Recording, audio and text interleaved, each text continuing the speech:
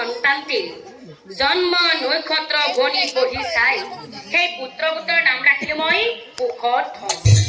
হয়, পুত্ৰপুত্ৰৰ নাম ৰাখিলো মই পুখধ্বজ।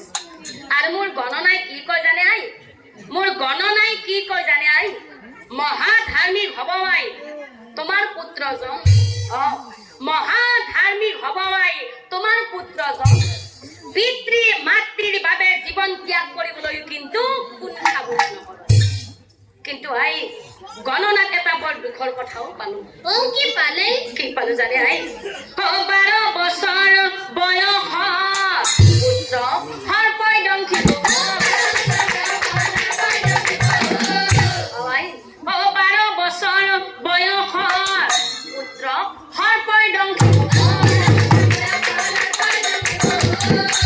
গতিকে আই সেইকেইদিন আপুনি অলপমান সাৱধানে থাকিব। কিয়নো সেই পুত্ৰৰ লগত পিতৃও পুত্ৰৰ লগত পিতৃও মৰিয়েই যাব। এতিয়া মই বিদায় দে এই বুলি কৈ গণ গৃহকয়া পুত্ৰ কুলে লৈ ব্ৰাহ্মণী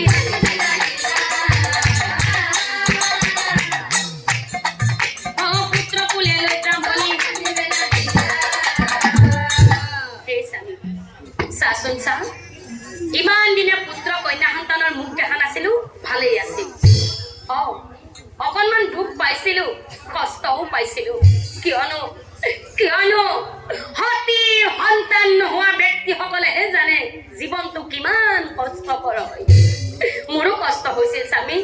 এটা পুত্ৰ সন্তানে হওক বা কন্যা সন্তানে যদি মই পালো হয়, কিমান যে সুখী হলো হয়। আৰু আজি ভগৱানক চিন্তি চিন্তি এই পুত্ৰ সন্তানটি পালো। এতিয়া আকৌ গণকে কৈ থৈ গল 12 বছৰ বয়সত হেনো মোৰ পুত্ৰ পুখধ্বজ। আৰু আপোনাক মই দুয়োজনকেই হেৰুৱাব লাগিব। সেয়া কেনেকৈ সম্ভৱ স্বামী? নোৱাৰো স্বামী, নোৱাৰো। কিয়নো নাপাই থকা বেদনাতকৈ পাই হেৰুৱাৰ বেদনা বৰ কষ্ট স্বামী, বৰ কষ্ট। এই বাচ্চা বাঁচাও তুমি কোনে